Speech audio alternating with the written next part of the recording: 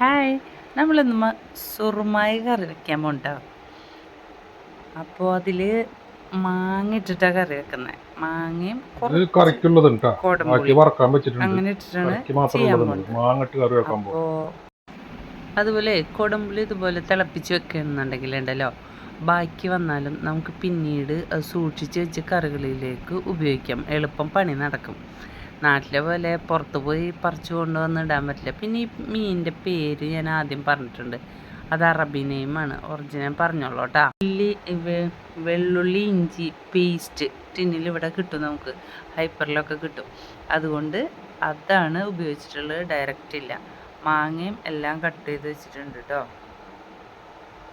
ഇതുപോലെ സവാള ചെറുതായി അരിഞ്ഞ് ഇതുപോലെ ലോ ഫ്ലെയിമിൽ വേവിച്ചെടുത്തിട്ട് അതിൻ്റെ കൂടെ ഈ പേസ്റ്റ് ഇട്ട് കൊടുത്തിട്ടാണ് ഞാനിത് ചെയ്തുകൊണ്ടിരിക്കുന്നത്. അപ്പം എളുപ്പത്തിലൊരു മീൻകറി നമുക്ക് ഉണ്ടാക്കിയെടുക്കാം. എങ്ങനെയാണെന്ന് നോക്കിയോളൂ കേട്ടോ.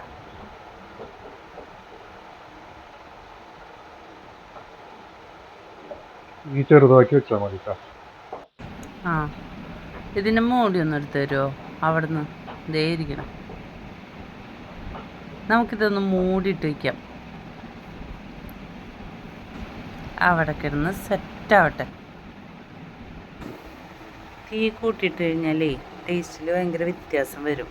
അതായത് ഒരു ഉള്ളി എങ്ങാനും കരിഞ്ഞു പോയി കഴിഞ്ഞാലേ ടേസ്റ്റ് മാറും. അതുകൊണ്ടാട്ടോ. ഇപ്പോൾ ഉള്ളി നമുക്ക് പണ്ട് സിനിമയിലൊക്കെ അരിഞ്ഞ പോലെ അളന്ന് മുറിച്ച് പറ്റില്ല. അങ്ങനെ മസാലപ്പൊടികളെല്ലാം ഇട്ടിട്ടുണ്ട് കേട്ടോ. അതിപ്പോൾ ദേ ലോ ഫ്ലെയിമിൽ കിടന്ന് നല്ല മൊരിഞ്ഞ് വന്നിട്ടുണ്ട്. എണ്ണ അധികം യൂസ് ചെയ്യില്ല, വളരെ നോർമൽ തുള്ളിറ്റിക്കുന്ന പോലെ യൂസ് ചെയ്യാറുള്ളൂ. അതായത് അവസാനം നമുക്ക് കുറച്ച് പച്ച വെളിച്ചെണ്ണ ഒഴിക്കണം, അതിന് വേണ്ടിയിട്ടാണ്.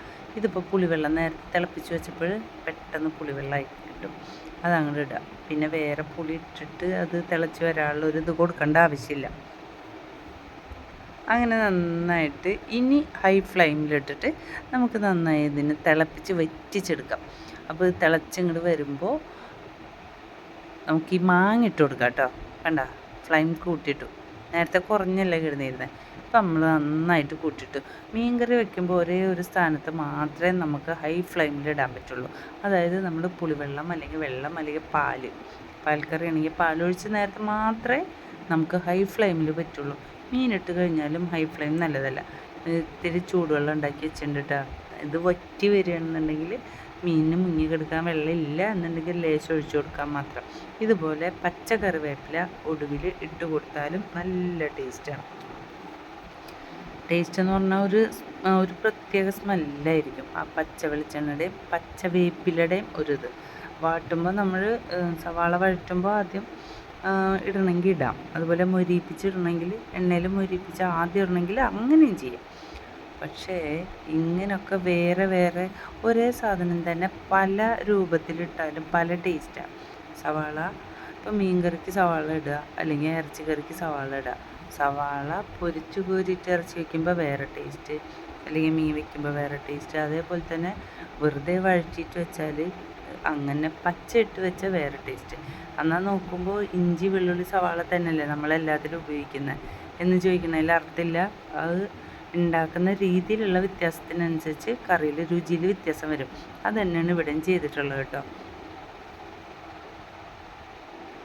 അപ്പം നെയ്മീൻ്റെ തലയും നമ്മൾ ഇതിലിട്ടിട്ടുണ്ട്, എല്ലാ പീസസും ഇട്ടിട്ടുണ്ട്. അത് ജസ്റ്റ് ഒന്ന് മറിച്ചിട്ട് കൊടുക്കുക. സൂക്ഷിച്ച് മറിച്ചില്ലെങ്കിൽ അതെന്തായാലും പൊടിഞ്ഞു പോകും, ഉറപ്പാണ്. അപ്പോൾ ഈ മീൻകറി ഇഷ്ടപ്പെട്ടെങ്കിൽ ഇതേപോലെ എല്ലാവരും ചെയ്ത് നോക്കുക. അതേപോലെ തന്നെ ഇഷ്ടപ്പെട്ടെങ്കിൽ ലൈക്ക് ചെയ്യുക, കമൻറ്റ് ചെയ്യുക, അതേപോലെ തന്നെ സബ്സ്ക്രൈബ് ചെയ്യുക. ഉണ്ടാക്കി നോക്കാം, മറക്കരുത് കേട്ടോ. മസ്റ്റ് ട്രൈ ആണേ. നമ്മളെ മീൻകറി ഒരുവിധം സെറ്റപ്പായിട്ട് വന്നുകൊണ്ടിരിക്കുന്നുണ്ട്, വറ്റിക്കൊണ്ടിരിക്കുന്നുണ്ട്. ഇതിൽ പച്ച വെളിച്ചെണ്ണ ഇങ്ങനെ ഒഴിച്ച് അതിൻ്റെ മണമൊക്കെ വരുമ്പോഴുണ്ടല്ലോ, വല്ലാത്ത ആ ആവി പറക്കുമ്പോഴേ നമ്മൾ ഈ വെളിച്ചെണ്ണ ഒഴിക്കുന്ന ഒരു സ്മെല്ല് ഇങ്ങോട്ട് പുറത്തേക്ക് വരും. വല്ലാത്ത സ്മെല്ല. എല്ലാവരും ട്രൈ ചെയ്ത് നോക്കണം കേട്ടോ. നമ്മളിവിടെ നാട്ടിൽ മാത്രമല്ല നമുക്ക് ഇതുപോലെ നാടൻ മീൻകറി വെക്കാൻ പറ്റുക. ഇവിടെ ഖത്തറിലായാലും ദുബായിലായാലും എവിടെ വന്നാലും ഇതേപോലെ നമ്മൾക്ക് വയ്ക്കാൻ പറ്റും, എല്ലാ സാധനങ്ങളും മേടിച്ചു കൊണ്ടുവന്നാൽ. അപ്പോൾ എന്നെ സഹായിച്ച് കൂടെ നിന്ന് എൻ്റെ കെട്ടിയവനും കൂടി ഉണ്ട് കേട്ടോ. അപ്പോൾ രണ്ടാളും കൂടി ഉണ്ടാക്കി മീൻകറി ഞങ്ങൾ രണ്ടാളും ഒന്നിച്ച് ഒരു പാത്രത്തിൽ എടുത്ത് വെച്ച് കഴിക്കാൻ പോകണം. അപ്പോൾ കൊതിപ്പിച്ചൊന്നും പറയണ്ട, എല്ലാവരും പോയി ട്രൈ ചെയ്യുക. ഓക്കെ, ടാറ്റാ.